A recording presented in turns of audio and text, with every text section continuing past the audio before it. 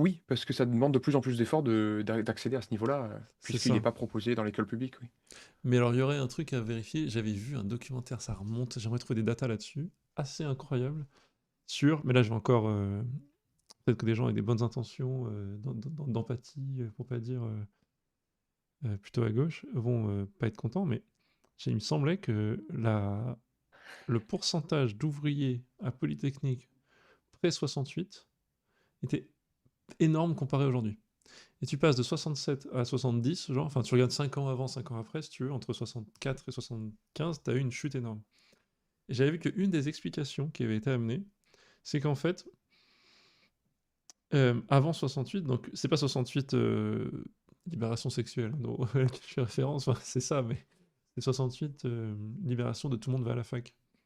Il y a eu un phénomène apparemment de concentration des élites pour se dire attends, avant je pouvais ne pas faire Polytechnique, faire la Sorbonne, faire autre chose, ça allait très bien pour mes enfants, ils allaient peut-être pouvoir être avocats.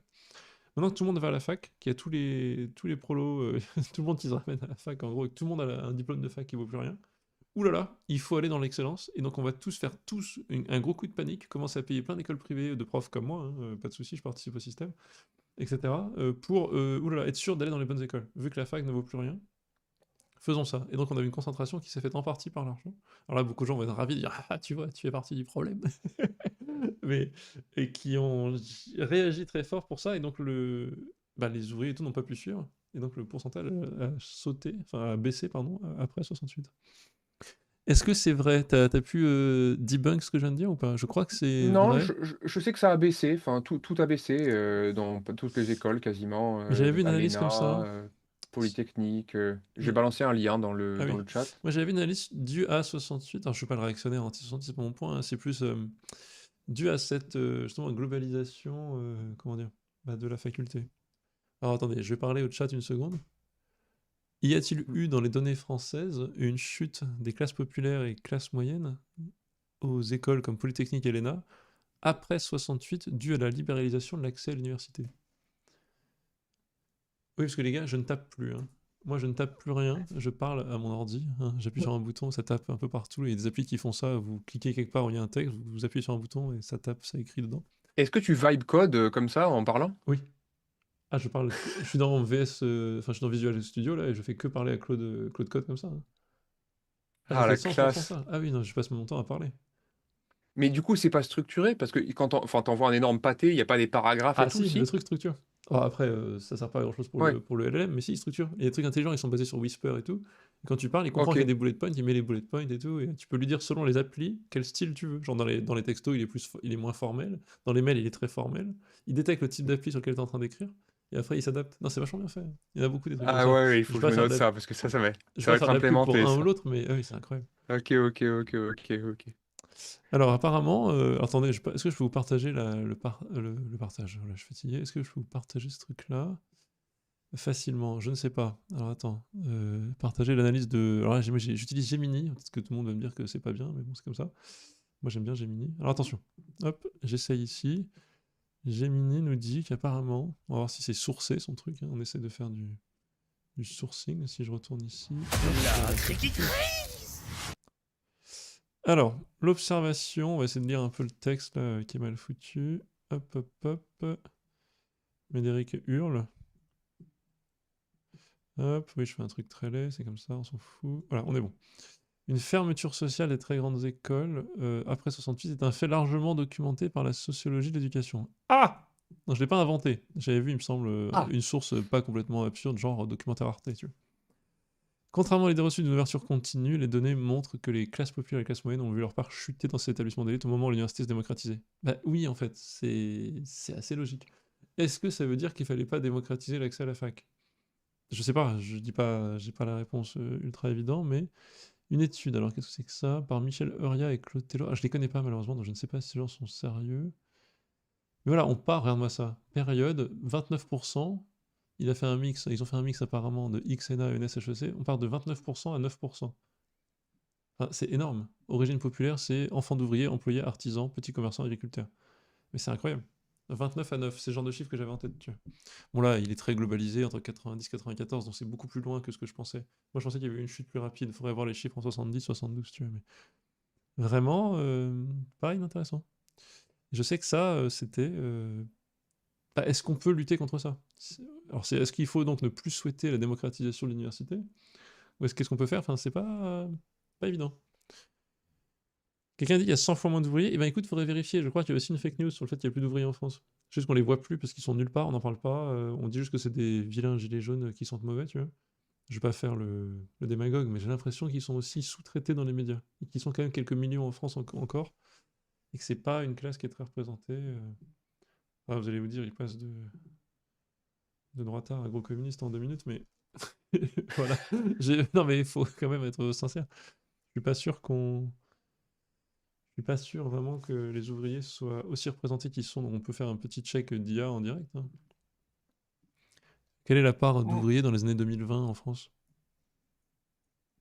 Et ça représente combien de personnes? Esprit, es-tu là? Hop là, direct. On va regarder. J'ai jamais fait ça, mais je trouve ça incroyable. Ah mais c'est ouf, moi j'y parle tout le temps. Sur l'ordi, là, c'est très pratique.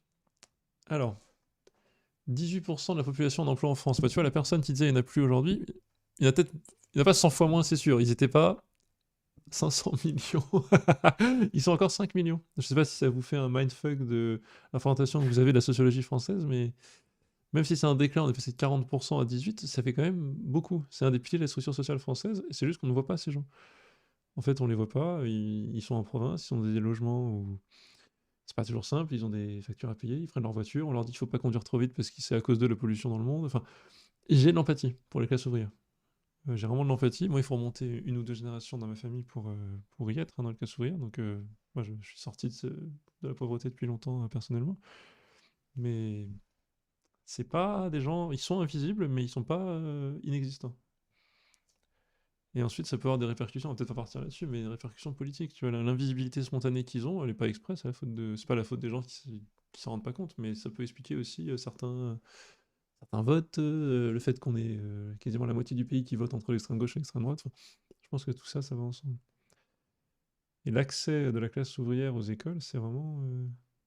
parce que bah, ça change tout, en fait, tout le tissu français. On n'en parle plus parce qu'on les voit plus, tu sais. S'ils étaient plus à l'Assemblée, s'ils étaient plus à HEC, peut-être qu'ils auraient plus de représentants dans les sphères médiatiques.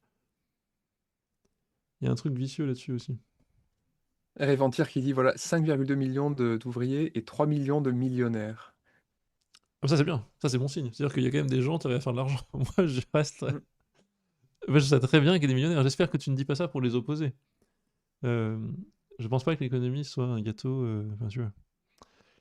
Oui, ça me rappelle un commentaire que tu m'as Oui, envoyé, oui. ça. Non, moi je suis très content qu'il y ait des millionnaires. Il faut voir, il faut pas avoir l'esprit français de dire c'est sûrement des millionnaires qui n'ont pas mérité, qui l'ont volé, tu vois. Non, ce sont des gens qui ont créé la richesse. Si on a encore des gens qui sont capables de créer la richesse, c'est très bien. Et c'est très bien qu'il y ait des ouvriers aussi, il n'y a pas de souci. La question, c'est est-ce qu'il y a une possibilité d'ascension sociale? C'est là où j'ai plus de doutes sur, en effet, bah, la capacité de la France à aider à faire monter dans les classes sociales les ouvriers, quoi. Je pense que ça a évolué en mal, mais on peut aussi, vous savez quoi, on va partir sur une question à Gemini. On peut mesurer la capacité à monter l'échelle sociale. Comment ça s'appelle, tu sais, l'ascenseur, ou je sais pas comment on dit. Oui, on parle d'ascenseur social, mais je sais pas si c'est un terme Est-ce que tu as une officiel. mesure de l'ascenseur social et de la capacité justement à changer de classe sociale? Je sais pas comment, ça peut être en France ou aux États-Unis selon les données disponibles. Et voir en gros l'évolution de la capacité à sortir de sa condition et à gagner en revenu d'une génération sur l'autre. Regardez ça, Gemini Pro qui nous fait les études sociologiques. Non mais c'est très intéressant, on est parti complètement en dehors du sujet. Attends, c'était quoi le sujet? Non, on n'est pas trop en C'est dehors. marrant, hein. On n'est pas trop en dehors. Vas-y, Ouais, mais t'as mis l'industrie française dans le chute à cause des maths. Attends, ça on est va. bien, là. Mais c'est l'industrie, donc le mec a pas tort, n'empêche, hein. À 20 ans, si on a plus d'ingénieurs, on est foutu. Allez, esprit, es-tu là? Là, il mesure, il examine. Pas mal. La mobilité absolue, la mobilité relative. Pas mal, regarde. Bah écoutez les gars, je sais pas si ça vous intéresse, mais là on a une bonne réponse. T'as des lieux en France et aux États-Unis. Et j'ai dit États-Unis parce qu'ils ont des données de ouf sur les revenus et sur l'économie en général. Le déclin du Vas-y, rêve vas-y, je vais américain. regarder ça. Il y a des papiers incroyables. Oh là là, je suis trop content. Ray Chetty, c'est un de mes papiers préférés. Chetty, il est incroyable, c'est un économiste. Raj Chetty, il est oufissime. Il a fait des études sur des panels, tu sais, où il suit des générations de gens. C'est incroyable. C'est une des études les plus belles en économie que j'ai vues. L'économie m'a gonflé, m'a déçu pour beaucoup de choses quand je l'ai étudié. Enfin, j'ai passé 5 ans à l'étudier. Mais ce papier de Chetty là, il est incroyable parce qu'il a étudié dans toute l'Amérique, plusieurs générations de gens.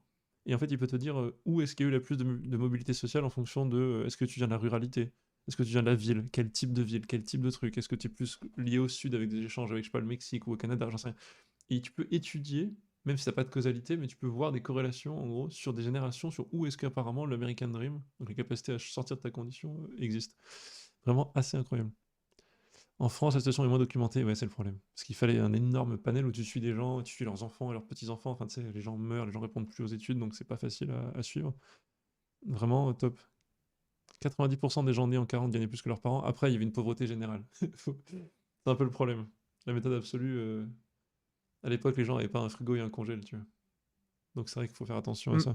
C'est plus difficile de gagner 50% de plus que ses parents entre aujourd'hui et la prochaine génération quand t'as des trucs qui coûtent vraiment quand même pas très cher sur certains aspects, quoi. Ce qui coûte cher aujourd'hui pour les gens, c'est la bouffe, malheureusement.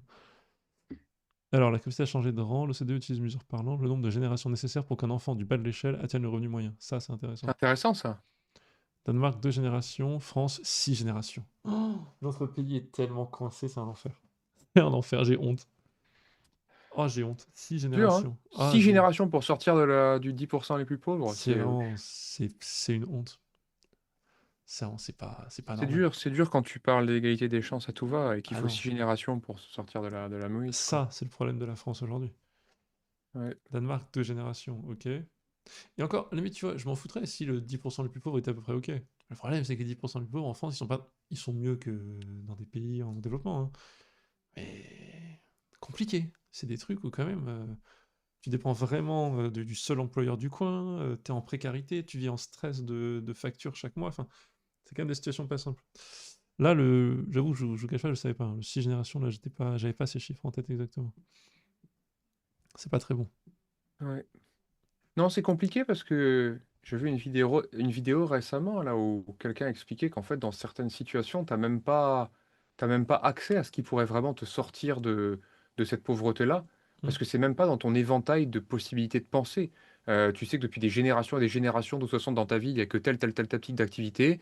C'est nul, mais ça remplit le frigo. Et puis de toute façon, t'as pas trop le choix. Et en fait, tu te retrouves un peu coincé parce que prendre le risque de faire autre chose, c'est prendre le risque de rater. Bah, finalement, tu vas te contenter de boulots qui sont très, très, très mal payés et ad vitam aeternam. Et avec un peu de malchance, bah, le fils ou la fille fait pareil, et cetera, et C'est ça. cetera. C'est très triste. Et je note cette phrase, après encore une fois à documenter, etc., hein, mais la France est citée comme l'un des pays les plus rigides, donc ça rend fou, de l'OCDE. Enfin moi, pour avoir eu la chance de voir dans la famille que ça monte jusqu'à moi, ça me frustre, parce que j'ai l'impression que c'est la plus belle chose qui peut arriver d'être monté en classe sociale d'une génération sur l'autre. À cause de son système scolaire, pardon, pas solaire, qui reproduit fortement les hiérarchies sociales. Eh ben oui, mais j'ai l'impression que moi, on a un système solaire depuis 25-30 ans qui est, enfin je suis désolé, hein, mais dirigé par la reproduction de mêmes schémas de sociologie de gauche, quoi, ou voire d'extrême gauche. C'est pas un système scolaire ultra libéral, c'est un système scolaire tout le contraire, basé sur des gens qui se déclareraient tous dans l'isoloir, je pense, comme étant plutôt du côté gauche. Je vais pas parler de gauche-droite parce que c'est des débats en général nuls et stériles et ces étiquettes évoluent et n'ont peut-être pas toujours du sens. Mais c'est frustrant parce que t'as l'impression que c'est quand même la même genre de doxa qui est là depuis 30-40 ans. Et qui nous répète tout le temps qu'il faut encore plus d'argent, encore plus s'enfoncer dans les mêmes méthodes. Moi, ça me frustre, ça me hérisse, tu vois, en tant que... Voilà. Ma défunte mère était institutrice, j'ai entendu beaucoup tout le temps dans mon enfance ces problèmes de méthodes, d'idéologie qui te mettent des méthodes pour la lecture notamment et qui bousillent la capacité d'apprentissage à la lecture des enfants dans les quartiers populaires. Ma mère était institut dans tous les quartiers du 93, dans toutes les villes les plus compliquées, plus forte population d'immigrés que vous puissiez imaginer, hein. Ma mère, elle a fait Pantin, Aubervilliers, les Lilas, Saint-Denis, enfin, elle a fait toute sa carrière comme ça. C'était pas simple, c'était pas facile, hein, beaucoup qui parlaient pas français à la maison. Méthode globale, elle a vu ça, elle m'a dit, bon, t'es un style, t'es là, on dit une nouvelle méthode globale, tu l'appliques, tu fais pas, tu discutes pas. Au bout d'un an, tu vois la calamité entre tes CP d'il y a 2 ans et ceux que t'as là. C'est les mêmes, même degré de francophone ou pas, etc. Tu vois. Et calamité, tu fais non, c'est bon, fuck it, elle s'en fout, elle est revenue au syllabique. Mais parce qu'elle était formée avant. Donc elle a fait le syllabique et quand l'inspecteur venait, elle disait oui, oui, elle sortait les méthodes globales pour faire semblant, sinon l'inspecteur allait lui taper dessus. Tu vois. Donc, Ouais, ouais, heureusement ouais, ouais, qu'elle ça était faut faire comme formée. ça. Oui, elle était dans la Mm. désobéissance civile, mais elle disait moi, les enfants, ils apprennent à être cadrés. Tu vois. Et elle n'avait pas des enfants faciles, enfin, ou des enfants avec des familles faciles. Et donc quand t'entends ça, moi, tout depuis que je suis petit, j'ai toujours entendu cette histoire-là. de l'inspecteur qui vient, puis ils ont des grandes idées, souvent des sociologues du Parti socialiste. Non, je déconne. C'est comme ça qu'on Non, me les mais il y a présentait, mais il y a des idées qui sont complètement hors sol et en pratique, tu sais qu'il faut faire une prestation pour quand il y a l'inspecteur et une prestation pour tes mais élèves, ça hein. rend De toute fou, façon, parce que moi c'est je me fous que ce soit même le PS ou le je sais pas quoi ou l'UMP, j'en ai rien à foutre, je veux que ce soit pragmatique. Ça marche pas, on mesure. Ça me rend dingue que ça continue, qu'on s'enfonce. On voit si ça marche ou ça marche pas. On mesure, on fait des expériences, et la littérature existe. Ça rend dingue. Bon, pardon, je m'énerve un peu sur ce genre de sujet, mais ça me tient à cœur. il y a Bah, pas vous mal avez de compris messages dans, dans le chat en tout cas. vous avez compris dans quoi j'ai grandi, donc ça me touche. Mais hop.